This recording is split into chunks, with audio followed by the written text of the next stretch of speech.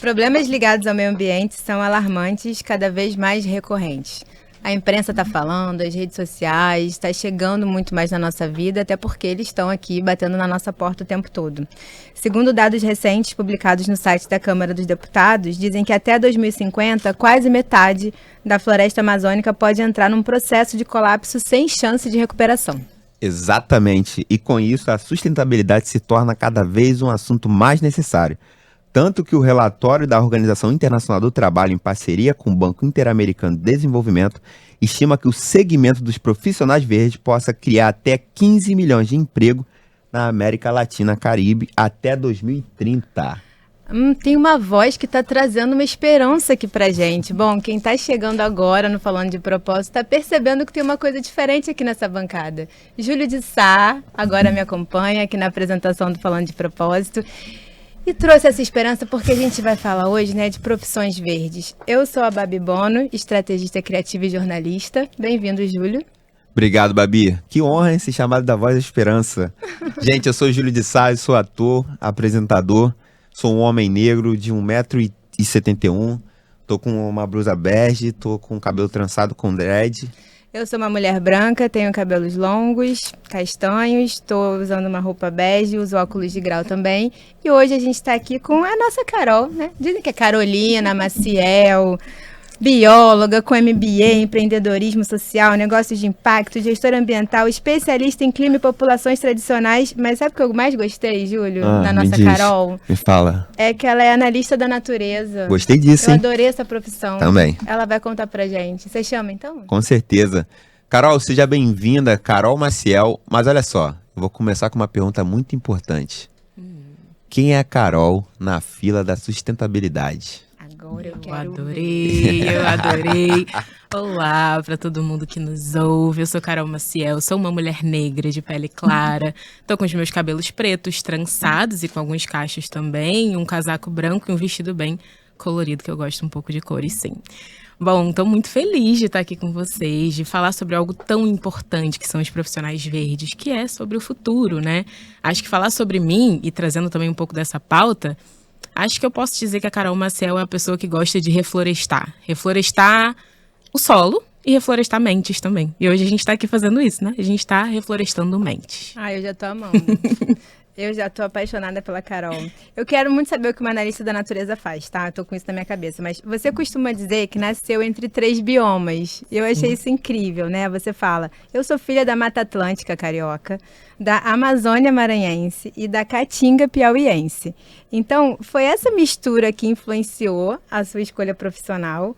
Ou foram esses saberes da terra que te levaram naturalmente por esse caminho, Carol? Perfeito, Babi. Acho que foi uma mistura de tudo isso. Eu realmente sempre me apresento como criada, nascida na periferia, criada entre 3 biomas, né? Eu nasci no Rio de Janeiro, mas com 5, 6 anos, eu fui para Timon, no Maranhão, onde fica um pouco ali da Amazônia maranhense. E também morei em Teresina, no Piauí, nesse meio tempo, onde fica ali a Caatinga, que é o bioma pouco falado, mas exuberante, muito importante também nacionalmente e mundialmente. Então, quando eu saí do Rio de Janeiro, quando eu saí de Campo Grande, onde eu morava, eu não sabia, de fato, termos ambientais, eu era uma criança, mas eu já passava na pele, assim como muitas pessoas que têm a minha pele, meu cabelo, meu gênero, meu endereço, já passava por situações de racismo ambiental. O que é racismo ambiental? É a consequência da crise do clima recaindo de forma desproporcional entre certas populações. Então, populações negras, populações periféricas, crianças, mulheres, pessoas com deficiência, sofrem mais as consequências da crise do clima, comparando com outras pessoas não racializadas e que moram em espaços que não têm tanto aporte de recursos, que sofrem essas consequências em comparação com outras, que são as pessoas que mais causam a crise do clima e que não sofrem tanto essas consequências. Então, quando eu fui do Rio de Janeiro para Timon, no Maranhão, e Teresina, no Piauí, eu também passei por outras questões de racismo ambiental de forma diferente. Em Campo Grande era mais chuva, deslizamento de terra, e aí vem um medo geracional da chuva, né, dos meus avós, das minhas tias, bisavós, olharem para o tempo nublado e pensarem, meu Deus, vai chover, e agora? Né, e ficar com esse medo. Então isso já acontecia. Em Timon, no Maranhão, Teresina, no Piauí, foi diferente. Também foram questões de racismo ambiental, mas envolvendo o contrário. A seca, a falta d'água. Ih, faltou água aqui, a gente vai ter que buscar em outra família, em outra parte da família que mora um pouco distante e que ainda tem água. Então, essas questões ficaram muito na minha cabeça quando eu era pequena, né? Eu lembro de eu pensando assim, nossa, mas por que será que a natureza faz essas coisas com a gente, né? Mas por quê? Eu tava num lugar, fez isso, eu tava pro outro, também a natureza encontrando a gente dessa forma. E aí eu aprendi nos saberes da terra, da minha família, que tem uma super ascendência quilombola, que aí esses saberes da terra são muito importantes, tá, gente? A gente fala dos saberes acadêmicos, de todos os diplomas e tudo mais, mas os saberes da terra me deram base para saber de que não era a natureza fazendo isso com a gente, eram as nossas próprias ações como seres humanos, mas que tinha um recorte também entre essas ações. Então, crescendo muito curiosa pelas coisas da natureza e pela natureza das coisas, eu entrei no campo da biologia, queria muito observar a natureza de pertinho. E dentro da biologia e da gestão ambiental, eu encontrei esse espaço de ser ponte entre a ancestralidade, que me ensinou muito, o presente, que era eu, fazendo o que eu podia ali a partir do que eu tinha, e o futuro, que era um futuro ancestral também que eu queria enxergar. Então, sim, foi uma mistura de todos os saberes da terra e os acadêmicos que me levaram para o lugar que eu estou hoje. Olha. Geralmente, o Júlio deixa os convidados assim, um pouco sem resposta, com algumas perguntas. Aí a gente brinca, sobe a vinheta, bota um barulhinho, uma musiquinha que a pessoa fica pensando. E agora você que trouxe o silêncio. Não caiu não, tá, gente? Não. A gente Estamos continua aqui. Gente, porque assim, esse é um assunto muito curioso, assim, pra mim, mas assim, a forma como a Carol começou a trazer aqui, já começou a facilitar.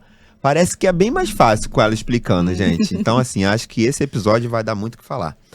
Você já falou, agora acabou de falar, né, sobre esses saberes ancestrais. E aí eu vou falar aqui sobre uma matéria que saiu na Casa Ninja Amazônia, sobre brigadista quilombolas, calungas, oriundos das Chapadas de Veadeiros, em Goiás, auxiliando no combate no incêndio, né, do Pantanal. Então, como que você vê a importância da tecnologia atual com esses saberes ancestrais assim, se conectando de forma assim perfeita para poder fazer essa mudança que a gente precisa, né? Para poder fazer essa mudança no meio ambiente. Maravilha. Quando a gente está falando de eu ser analista da natureza, e é essa grande observação da natureza que é a minha profissão. É muito legal, né? Analista de natureza. Qual o curso Senac? Eu amo. O curso de analista da natureza. Todos os cursos, hein, galera? Você, a partir de onde você está falando, a partir de quem você é, com o que você tem, todo mundo tem aqui uma sementinha para plantar, para reflorestar a mente, como eu falei no começo. Então, vem todo mundo para esse campo, tá? Mas quando a gente olha para a natureza, observa, vira analista da natureza, e qualquer um pode ser mesmo, a gente para e percebe que na natureza tudo funciona com diversidade. Tudo, todos os saberes são importantes. Da planta que tem uma árvore, da árvore que tem um fruto, e desse fruto que vai alimentar algum pássaro, ou algum mamífero, ou que vai cair na terra e vai gerar outra planta. Isso é um conhecimento absurdo que a planta tem para fazer com que ela permaneça ali, com outras vidas, a partir de novos saberes. Tudo na floresta, tudo nos biomas, tudo na natureza funciona a partir da diversidade. E funciona mesmo, tem um super equilíbrio quando a gente olha para como os ecossistemas se interligam. Então, quando a gente olha para a nossa sociedade, não seria diferente. Não teria como ser diferente a gente levar um único saber para as soluções que a gente tem, jamais. Então, a gente precisa olhar para todos os tipos de saberes que existem, para todas as pessoas, para todas as formas como elas se comunicam, como elas sobrevivem e vivem, né? Muitas vezes a gente está fazendo algo pensando que aquilo ali é uma estratégia só de sobrevivência. Na minha favela isso é muito fácil. Faltou água, a gente sabia se virar para conseguir captar água da chuva, ou buscar na casa de vizinho, ou ligar um cano no outro. Isso é estratégia de sobrevivência? É justo? Não é justo, mas é estratégia de sobrevivência. Mas também tem um quê de inovação aí. Tem um quê de sabedoria popular, de sabedoria ancestral, de mobilização, que mantém as pessoas vivas e que mantém as pessoas conseguindo ali se virar no problema que elas tiverem. Então a gente precisa valorizar essas soluções também. São soluções muito importantes, que fazem esses lugares, esses espaços serem ocupados de uma forma diversa, múltipla, plural, e que é muito importante para a gente, de fato, conseguir chegar nesse futuro ancestral que a gente pensa. Então, nesse caso, por exemplo, o conhecimento quilombola é, assim, absurdo. Para aquela região ali, eles sabem de muita coisa, eles sabem de tudo, né? Então, eles se unindo aos conhecimentos acadêmicos, aos conhecimentos técnicos, a gente tem soluções ali, de fato, que podem barrar o fogo, adiar o fim do mundo, como Ailton Krenak diz, né? Então, todas as soluções, todas as pessoas, as ideias, as perspectivas são muito importantes. A gente precisa de bagagens diferentes para alcançar essas soluções. E isso vem de formações mesmo também, né? Não preciso que você vire uma bióloga para falar sobre isso, para fazer... Não, você pode vir de outras formações completamente diferentes. E não tem problema. Isso, na verdade, é o que a gente mais quer. São pessoas que vêm de lugares diferentes. A diversidade territorial, diversidade de formação, diversidade de tudo. É o que a gente quer, é o que a gente precisa para fazer igual a floresta faz lá dentro dela, de todo mundo, todas as espécies viverem muito bem, a gente também. Maravilhosa. Carol, a gente tem um glossário que às vezes a gente pergunta para os nossos convidados. Super. Você já falou uma palavra, eu vou perguntar sobre outra. Se a gente pudesse definir, né, como diz, racismo ambiental, o que é? Racismo ambiental é a forma como as consequências da crise do clima, hoje a gente tem a crise do clima como uma das maiores crises que afetam os direitos humanos, principalmente os direitos das crianças. Então, quando a gente olha para tudo que está acontecendo de mudanças climáticas, a gente consegue perceber que as consequências disso atingem de forma desproporcional certas parcelas da população. Então, quando eu olho para pessoas racializadas, para pessoas periféricas, para crianças, para pessoas com deficiência, para pessoas idosas, são essas as pessoas que mais sofrem pela crise do clima. E, normalmente, dentre todas essas misturas que eu falei, são pessoas racializadas, envolvidas em todas essas questões. Por isso que a gente chama de racismo ambiental. Às vezes parece, as pessoas já chegam, não, calma aí, o meio ambiente está cometendo racismo contra alguém? Não, não é isso. Boa. É porque, de fato, tem a ver com raça e tem a ver com clima, tem a ver com meio ambiente, né? É um impacto desproporcional. Essas pessoas que mais sofrem, normalmente, não foram as pessoas que mais ocasionaram a crise do clima, que mais emitiram carbono, que mais jogaram lixo na rua. Não são, mas são elas que estão sofrendo, que vão sofrer primeiro, né? Eu costumo falar que a gente tá sob a mesma tempestade, que é a crise do clima, mas a gente não tá sob o mesmo barco. Tem pessoas que sequer têm barco. Então, como a gente leva essa pauta de uma forma democrática e decolonial para esses espaços, né? Boa, e antes de eu fazer a próxima pergunta, eu preciso que você diga pra gente também o que é ISG. ISG, essa sigla que ficou tão famosa, ela não é nova, tá, gente? Ela é antiga, mas ela ficou mais famosa agora porque, de fato, a pauta do clima acordou muita gente, muitas organizações, muitas pessoas, e é importante, a gente tem que acordar mesmo. Tão famosa, os dados. Vamos de dados. Tão famosa que ela aumentou a sua pesquisa em 2.600% nos últimos 4 anos. É muita coisa, né? É muita coisa, muita gente falando sobre ESG. Mas o que é ESG? É a forma com que a gente lida com impactos econômicos olhando para... É uma sigla em inglês, tá, gente? Então, ele vem de environmental, que é a parte ambiental, o aspecto ambiental que aquela empresa está olhando, que aquela organização está olhando, que aquela pessoa está olhando. Environmental, ambiental, S, social, que é a parte social, e G, de governance, que é a parte de governança. Então, pode parecer um pouco técnico demais, mas é a forma com que a gente olha para o meio ambiente, para pessoas e para a transparência de todos os documentos e relações governamentais que a gente tem e leva isso para um mundo sustentável. O que é sustentabilidade, Carol? É fazer com que as pessoas da geração atual consigam suprir as suas necessidades sem fazer com que as pessoas das próximas gerações não consigam suprir as suas. Então, a gente tem que viver de uma forma equilibrada. Mas, como tudo tem a ver com pessoas, tudo que a gente falou aqui foi de pessoa, eu costumo falar que a ESG também poderia ser sobre gente, porque tudo começa e termina por pessoas. Então, a ESG também é sobre gente. Bom, e sabendo que é sobre gente e que agora as empresas estão olhando, porque a gente está, como você falou também no começo, o mundo é do capital, a gente está falando de negócios. E aí começaram a entender que muda o ponteiro das empresas, a gente começar a olhar para essa sigla. E aí tem gente que faz marketing, que está começando a olhar para isso, que faz administração, que faz direito, que faz uma série de outros cursos, que pode trabalhar com ESG. E aí eu queria que você contasse pra gente, você acha que agora que ESG tá aí, estão falando sobre, está na menina dos olhos dentro dos negócios, a gente vai conseguir finalmente ter uma virada para um aspecto de uma responsabilidade das empresas? Você vê um caminho para que a gente olhe para isso, uma vez que o mundo dos negócios também está olhando para a sustentabilidade? Ou você acha que a gente ainda tem que batalhar muito para que a gente tenha realmente uma virada e um lugar mais de responsabilidade, assim? Olha, eu sou esperançosa, tá? E de fato, as organizações, principalmente as grandes organizações, têm uma responsabilidade absurda nessa virada de chave, nesse vamos acordar, né? Então, agora que a ESG está bem famoso mesmo, diante de todos esses dados que o Júlio falou, tá bem famoso, que as empresas de fato têm criado programas, ações, projetos, direcionamentos, pilares, pensando em sustentabilidade, pensando na parte ambiental, social e de governança do ESG.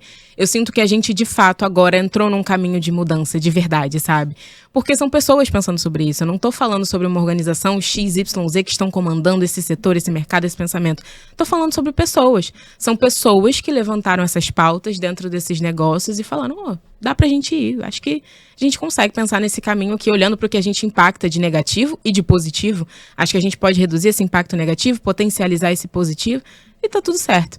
E então, agora que a gente tem essa parte da sociedade, que são as corporações, pensando em sustentabilidade para além de nós, né, indivíduos também, olhando para a nossa responsabilidade, acho que o caminho fica muito melhor, né? A gente não tem que botar um peso em cima de nós indivíduos de que a gente tem que solucionar tudo e que a gente tem que resolver o mundo. Não, são responsabilidades compartilhadas, mas não são as mesmas para todo mundo.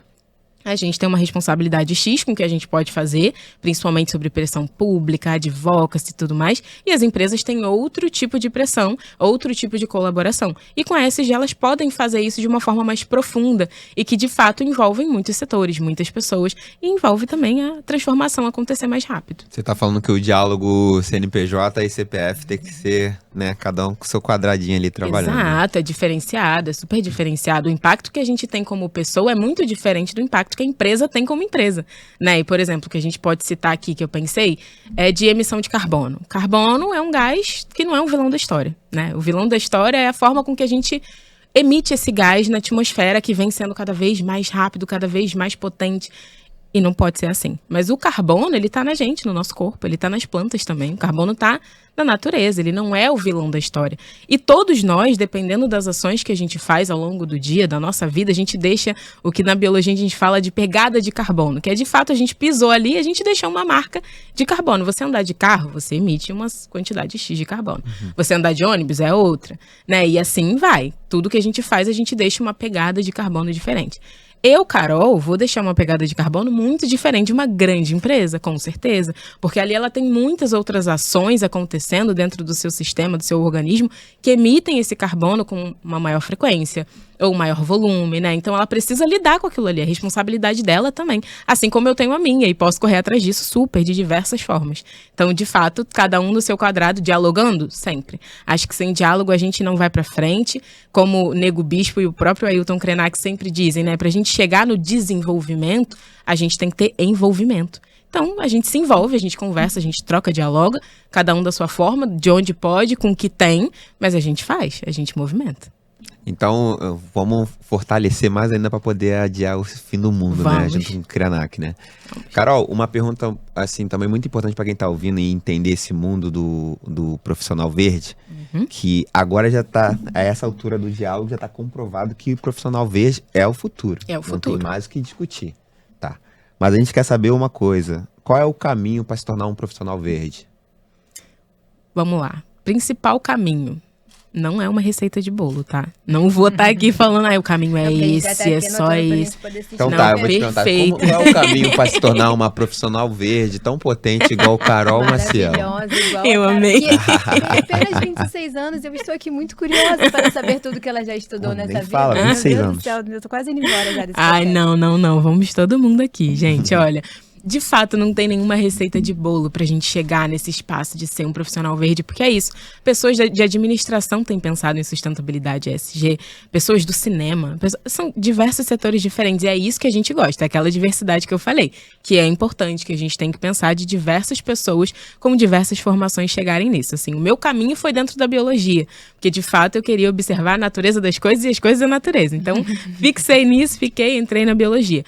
Mas, independente do campo que você for, da faculdade que você tiver feito, acho que o principal é você entender de fato que a gente, em certo momento, nós, seres humanos, e ainda somos, parte do problema. Quando a gente olha para o que a ONU chama de tripla crise planetária, que é a crise da mudança climática, que é o que a gente mais tem visto e sentido na pele, a crise da poluição, que é a poluição do ar, a poluição da água, e a crise da perda da biodiversidade. Com o desmatamento a gente perde fauna, flora e muitas vezes, como a Babi falou, não chega num ponto de não retorno, né? Então a ONU cita essas 3 crises. Então a gente entender que em parte a gente foi sim parte desse problema, mas que a gente também pode ser parte da solução. Esse é o ponto principal, você entender que a gente consegue ser parte da solução. A partir de onde, Carol? A partir da bagagem que você tem, dos saberes da terra e dos saberes acadêmicos. Você consegue juntar tudo que você fez, tudo que você pensa, tudo que você aprendeu e o que você quer aprender nessa bagagem para ser um profissional verde, um profissional do futuro, né? Porque aí você começa a pensar na cidade ou na floresta onde você mora como natureza. E isso muda total a forma como a gente dialoga com ela e a forma como a gente faz as coisas. Cidades também são natureza. Também são. Então, por que a gente age como se não fosse? Né? Então, quando você olha para onde você mora e o que você tem, você começa a agir como se aquilo de fato fosse solucionar problemas e soluciona, às vezes parece que é um trabalho de formiguinha, que vale a pena. São muitas formiguinhas, galera. Nesse formigueiro tem muita gente. Então, a gente continua persistindo, seguindo e interagindo. Não precisa sentir o peso de fazer tudo isso sozinha. Com certeza tem gente igual você que está pensando parecido. A gente está aqui em coletivo e a gente consegue traçar soluções em coletivo. A gente já fez muita mudança, assim. Então, que eu acho legal, isso. Assim, tanto para quem está, de repente, saindo da escola e procurando o que fazer ainda ali com seus 17, 18 anos, quanto para quem já passou dos 35, né, meu caso. Que assim, eu ouvi nem essa parece, palavra. Babi, nem parece, nem parece. Eu ouvi essa palavra advocacy, que isso poderia ser uma profissão, tem nem 2 anos. Então é muito legal, porque tem uma galera de 20 que já sabe que isso pode vir a ser um lugar, um jeito de trabalhar. Você falou, o que seria a gente... E aí a gente vê hoje várias organizações, ONGs, e até estão levando esse termo para dentro das empresas também, Super. Porque a gente está nesse momento de trabalhar a construção de comunidade, coletividade, as marcas estão entendendo que tem que se relacionar diferente com as pessoas. O que é trabalhar com advocacy? Trabalhar com advocacy é você trabalhar com incidência política de forma coletiva. O advocacy é uma grande ação direcionada para a gente discutir temas que são importantes para a sociedade como um todo. Então, é a gente fazer esse grande envolvimento que eu falei para a gente chegar no desenvolvimento. No advocacy, a gente tem diversas construções de planos de comunicação, de ação, de incidência, de reuniões que a gente pode ter com setores da sociedade civil, né, ONGs, ou com empresas, ou com políticos, com governantes, né, que a gente vota, e a gente também pode estar ali para conversar, para dialogar, para trocar, para entender o que eles estão pensando, para eles entenderem o que a gente está pensando também. É um fluxo muito importante, uma confluência muito importante. Então, o advocacy é esse grande espaço onde a gente pode conversar e incidir, pressionar sobre uma política pública, sobre um tema que é muito importante, que está ali sendo pautado para virar lei, né, e que vai impactar a população como um todo. Boa. Carol, eu quero entender agora uma outra questão. Ela rindo já que ela fez. Eu amo. Eu tô amando. Eu quero falar sobre esse cenário da educação ambiental, né? Sim. Até reforçar aqui no Senac, a gente também está preocupado com isso, tá? Então, no nosso portfólio também tem lá, ó, as práticas de jardinagem. Então, ó, fiquem ligados, gente. O Senac também tá, ó, ligadíssimo há muito tempo, tá? Não é de hoje não, só queria falar isso. Mas, Carol, uma colinha aqui importante, que eu sou o cara da cola, você já aprendeu isso? Você atuou em projetos como o ICMBio, não foi? De Carajás, no Pará, Sim. E o Ecos aqui no Rio. Mas eu quero saber sobre esse lugar da educação ambiental, quais são os maiores desafios que você encara e ainda acredita que vai encarar por ser esse mercado ser novo, né? Ser entendido como algo tão sério que devia estar sendo lido há muito tempo, né? Pergunta difícil. É isso mesmo. É vez agora. Agora fui eu que desci você. Mas amei, pergunta difícil, mas muito boa. Acho que o principal desafio que ficou, que está, que ficará, vai ser transformar essa pauta em algo palpável, algo que a gente pode de fato sentir, ver, tocar, né? Porque é muito difícil. Por exemplo, quando eu falo de poluição do ar, ou qualidade do ar, hoje em dia a gente até já consegue ver visualmente mesmo em vários espaços a poluição do ar. A gente olha assim no horizonte, vê que tá uma mancha preta no horizonte, ou muito colorida de uma forma que a gente não viu antes. Aquelas fotos lindas, né? O pôr do sol, galera, não era pôr do sol, lamento. Olha só, tá até bonito esse degradê aí, mas então... Poluição pra caralho. Hoje em dia, né? Inverno, aí a gente liga a televisão, o jornal, a pessoa fala, mas vai da praia, 36 graus. Gente, olha como a gente tá anunciando o caos de junho, por exemplo, né? Sim, assim, transformar em algo palpável, entender que isso é preocupante, é difícil. E sempre vai ser, porque na escola mesmo, a gente olhava pra biologia, pra ciências, né? E a gente ainda olha muitas vezes e vê a crise climática com aquela imagem do urso polar. né, num pedacinho só de gelo. Aquilo tá muito distante e a gente passa a acreditar que só acontece ali. Gente, acontece aqui do lado de casa. Choveu, alagou, aquilo ali impactou vidas. Pronto, isso aí é crise climática, dito e feito. Igual do urso polar. Igual do urso polar, entendeu? Porque a gente... Não, tem um urso polar aqui no Rio, não então vai acontecer, então tá tudo não certo, galera. Tô a salvo. Exato. Tá acontecendo de formas diferentes, com recortes diferentes. Quando a gente olha pro Brasil, existem muitos Brasis dentro do Brasil, né? Então acontecem de formas diferentes em determinado estado ou outro. Mas até a gente entender que de fato isso acontece, que tá do nosso lado, tá na nossa família, tá perto da nossa casa, é difícil, demora um pouquinho, assim, não precisa pegar fogo perto da sua casa ou ter um urso polar num pedacinho de gelo próximo de você pra crise tá acontecendo, não, assim, tá mesmo. E a educação ambiental vem com essa proposta de aproximar, de trazer um pensamento global. É muito importante a gente entender o que acontece na Amazônia que impacta outros biomas, super importante. Mas é importante a gente entender o nível regional, local também, de pra onde vai ser o lixo? Será que é lixo mesmo? O que é jogar fora? Se nada saiu do planeta, o que é jogar fora, então? Por que a gente chama ainda de jogar fora e não olha para um lixo que é responsabilidade nossa? Né? Então, são essas as questões que a gente mais trabalha para dar um impacto e um acorde. Assim, isso aconteceu comigo também, né? Ninguém está isento de pensar assim. A gente pensa, mas a gente muda. É para isso que a gente vive, para ter coragem de mudar. E, Carol, você tem atuado nessa sigla aí do ESG como analista de sustentabilidade corporativa e até numa indústria da moda também, né? Sim. Que é uma grande discussão exatamente sobre esse ponto de não tem o fora, e a gente está cada vez mais criando essa necessidade de consumo por ali. O que a gente precisa ter enquanto habilidade para trabalhar com o que você trabalha, olhando para essa diversidade de temas, lugares, atuações? Quais habilidades a gente precisa desenvolver para olhar para isso? Boa. Olha, eu sempre falo de inteligência emocional desde o começo, porque não é uma pauta fácil, assim. A gente tá aqui rindo, brincando e falando sério também, e pode ser que isso desperte diversos gatilhos em muitas pessoas. De medo, de preocupação, de sensação de, ai meu Deus, eu não vou conseguir fazer nada.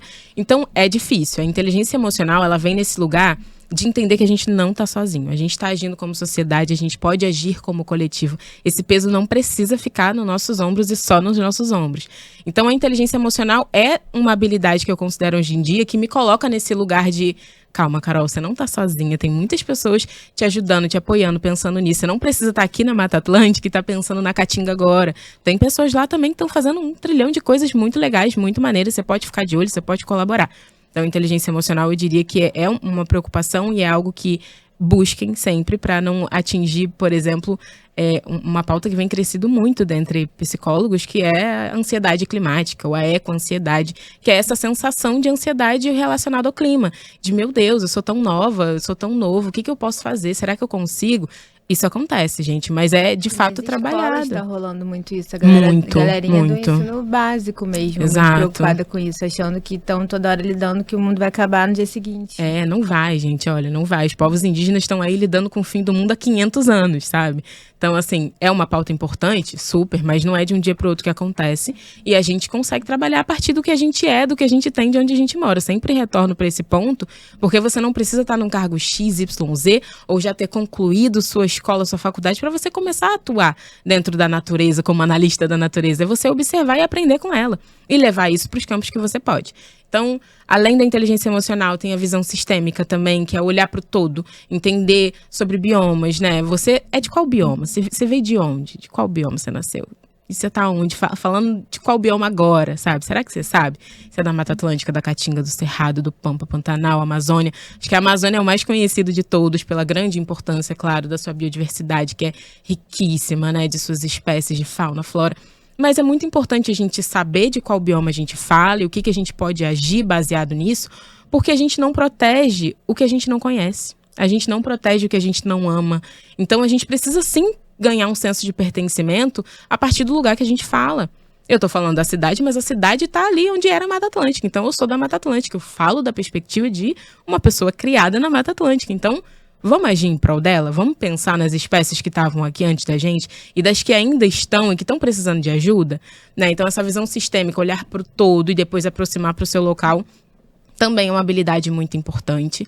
e que muitas vezes a gente leva para um lugar da natureza, mas para o olhar do negócio também, né? A partir da empresa que você quer trabalhar, do setor que você quer trabalhar, da profissão que você quer seguir, olha para esse setor, para esse lugar e tenta imaginar, ou até pode fazer perguntas para as pessoas que você conhece, que já trabalham dessa forma nesse lugar, o que ele impacta? Qual o impacto negativo e qual o impacto positivo que ele tem ou pode ter? Né? Na moda, por exemplo, a gente está produzindo roupa. Para onde vai o descarte da roupa depois que a gente vendeu para cliente? Vamos pensar num programa que olha para isso, que chama as clientes para, vem aqui, onde você está jogando sua roupa? Você quer trazer de volta para a gente dá um destino correto? Pronto, é você pensar em soluções que podem acontecer dentro desses espaços. Então, a visão sistêmica vai para a natureza, mas vai para o negócio também, né? A gente pode unir esses dois saberes novamente aqui para traçar soluções. E, assim, tem muitos outros aspectos que eu indico, que é você, de fato, olhar com empatia para pessoas, né? Assim, acho que a gente está falando de uma perspectiva do Sul global, que é esse grande nome, esse grande termo que olha para países em desenvolvimento, né? E mais ainda, a gente está falando de Brasil, que muitos Brasis. Então, você ter uma noção de que as realidades são diferentes de pessoa para pessoa, de bioma para bioma, também é muito importante. Você ter essa empatia para olhar para outros recortes, para outros aspectos também. Sim, sem palavras, né? A Carol só tem 26 anos, né? Eu acho isso fantástico demais. Eu tô aqui, ó, com... Ai, meu Deus, coraçãozinho. Ô, Carol, quando a gente tá falando sobre essas crises, sobre esse momento, e aí tem muita coisa que são nomeados recentemente, são coisas que entram em discussão, como, por exemplo, quando falou sobre racismo ambiental, a ministra da Igualdade Racial, Nelly Franco, trouxe isso. Eu lembro que isso virou uma discussão imensa na internet, né? E você já falou aqui no nosso papo aqui sobre isso. Mas eu percebi o quanto que cria um debate quando você dá nome para o assunto, né? E muitas das vezes quando é um assunto com um nome bem complexo ali, que traz uma discussão imensa e que às vezes cria barreira, né? Então, qual é a estratégia que você acha que a gente pode usar para poder trazer esses assuntos? Quando se dá o nome, a pessoa fala assim, não, calma aí, gente, que isso? O ambiente tá praticando racismo?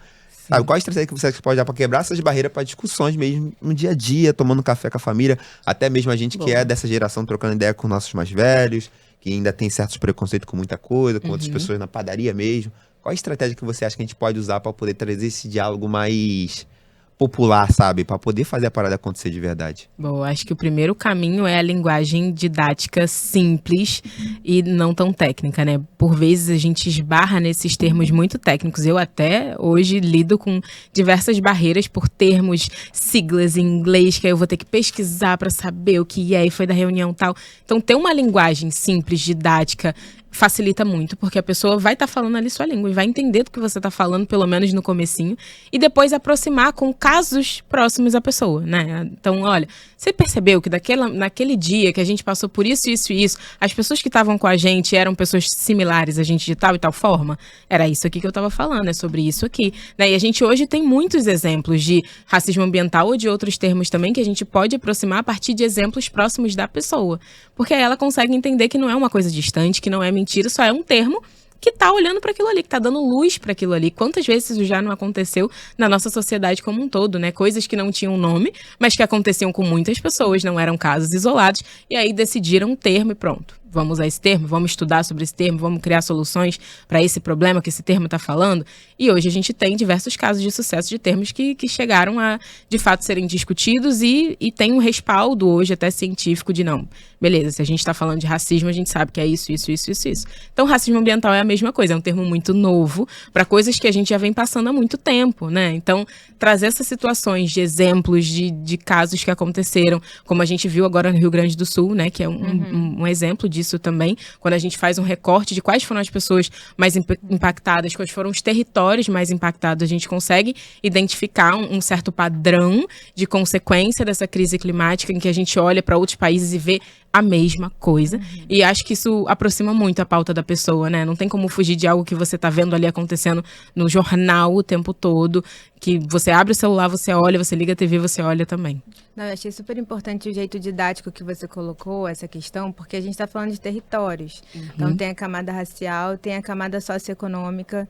Eu não consegui entender o meu pânico de chuva. pânico, eu sempre tive pânico de chuva. E só fui entender, assim, muitos anos depois, como o Júlio gosta de falar, haja terapia. Sim.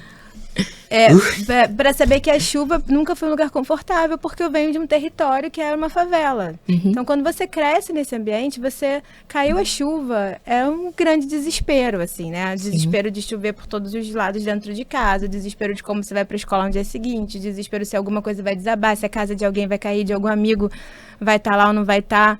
Então, a gente começar a entender que tem muitos aspectos que percorrem, né, essas questões, quando está na palavra, aquilo passa a existir. Então, por isso que é tão importante a gente trazer a linguagem para esse campo também. E eu tô achando incrível que a gente abriu um leque de possibilidades, de profissões, habilidades. Eu acho que não é um papo sobre realmente adiar o fim do mundo, né? Essas coisas estão batendo na nossa porta, mas a gente tem possibilidades aí de juntar boas pessoas que estão interessadas em olhar mais para isso, fazer com que a gente comece a trazer um letramento em educação ambiental mesmo, né? Em todas as camadas aí. Super. Olha, perfeita, Carol. Perfeita. Demais. Eu tô aqui, ó. Eu já comecei, Babi, na verdade, a fritar a cabeça aqui em coisas que eu já faço e coisas que eu posso fazer, sabe? Eu comecei a fazer assim, a Carol tá falando sobre isso? Ô, Júlio, você tá fazendo isso? Aí eu comecei tem a vozinha na cabeça. Você tem que melhorar nisso aqui, sabe? Eu comecei a fazer uma autocobrança de coisas que eu faço assim, meu irmão, eu posso me tornar aqui um profissional verde também. Pode me super. tornar aqui um analista aqui da natureza. Você não faz um monte de vídeo legal? Exatamente. Aí, olha aí. Não, já vou aproveitar que eu tô aqui no cenário, que já vou poder, já vou abraçar mais uma formação, filho. É isso aí, certíssimo. É pra todo mundo. Essa pauta precisa de todo mundo. E, Carol, pra gente, infelizmente, a gente vai começar a encerrar. A gente gostaria de ficar aqui com você, né? Poxa, sim. Tá muito rápido, galera. Nada a muito ver. rápido. Nada a ver. Nada a ver. Precisa de mais tempo na próxima. Produção, vamos pedir pra aumentar os episódios. Dá mais 15 minutinhos. Queria, galera. Mas assim, pra quem tá ouvindo a gente agora e tá aí procurando o que eu vou estudar, o que eu vou fazer, quais são as dicas pra ser um profissional verde? Boa, dicas pra ser um profissional verde. Primeiro, chega perto de algum material, não precisa assim, gente, olha, papo sério aqui de uma pessoa que também sempre correu atrás de bolsas, né? Porque às vezes a gente gosta de um curso XYZ, meu Deus, não vai dar agora. Tá, vamos pensar em como você pode alcançar isso de forma gratuita e depois ir caminhando para outros espaços também. Chega perto de cursos, de formações, de materiais que olhem para a natureza a partir da perspectiva que você pensa em trabalhar. É administração? É biologia? É engenharia? É publicidade, comunicação?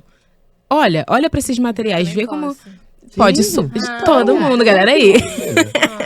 Todos nós podemos. Todos nós podemos, somos todos profissionais verdes, galera. Gente, vamos todo mundo. A gente vai virar analista da natureza. Total. Quero todo mundo observando a natureza junto comigo, mas é isso. O ponto focal é que todo mundo pode a partir do que a gente tem.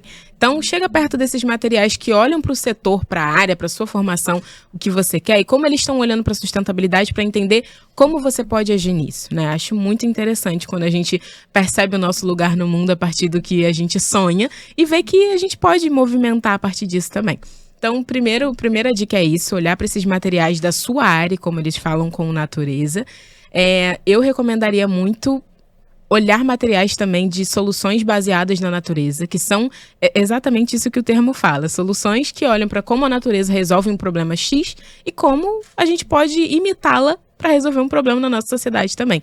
Isso é para todas as áreas, assim, funciona em tudo. Da arquitetura, biologia, medicina, olhar para a natureza e aprender como ela acontece, funciona pra gente também e como a gente pode aplicar é algo que é construído assim em sociedade. Acho que todas as respostas são bem coletivas mesmo, de juntar muita gente para esse papo. Gosto muito também de metodologias ágeis, eu adoro assim, entender como a gente pode resolver problemas a partir de metodologias ágeis, acho super interessante. E deixa eu pensar em mais alguma coisa que eu tenha feito dentro da minha formação. Bota a musiquinha de pensativa, hein? Olha só. Tá bom, né? 23, imagina quando então, olha só. Então, eu vou pro último desafio. Agora é pra fechar com chave de ouro, tá? Vai. Uma palavra. A educação e a sustentabilidade só andam juntas se houver... Envolvimento. Nossa, Não perfeito. tem Eu pra sabia onde, que ela ia fechar gente. bem. Essa é Carol Maciel, Sobe gente. os aplausos, galera. Carol, muito obrigada. Muito bem-vinda. Volta mais, né? Quero. A gente vai abrir Me aqui um monte de chama. abas e assuntos que eu acho que você pode voltar. Perfeitos. Então, sinta-se em casa, as portas estão abertas para você do Falando de Propósito. É isso, né? Então, bom, vamos fechar.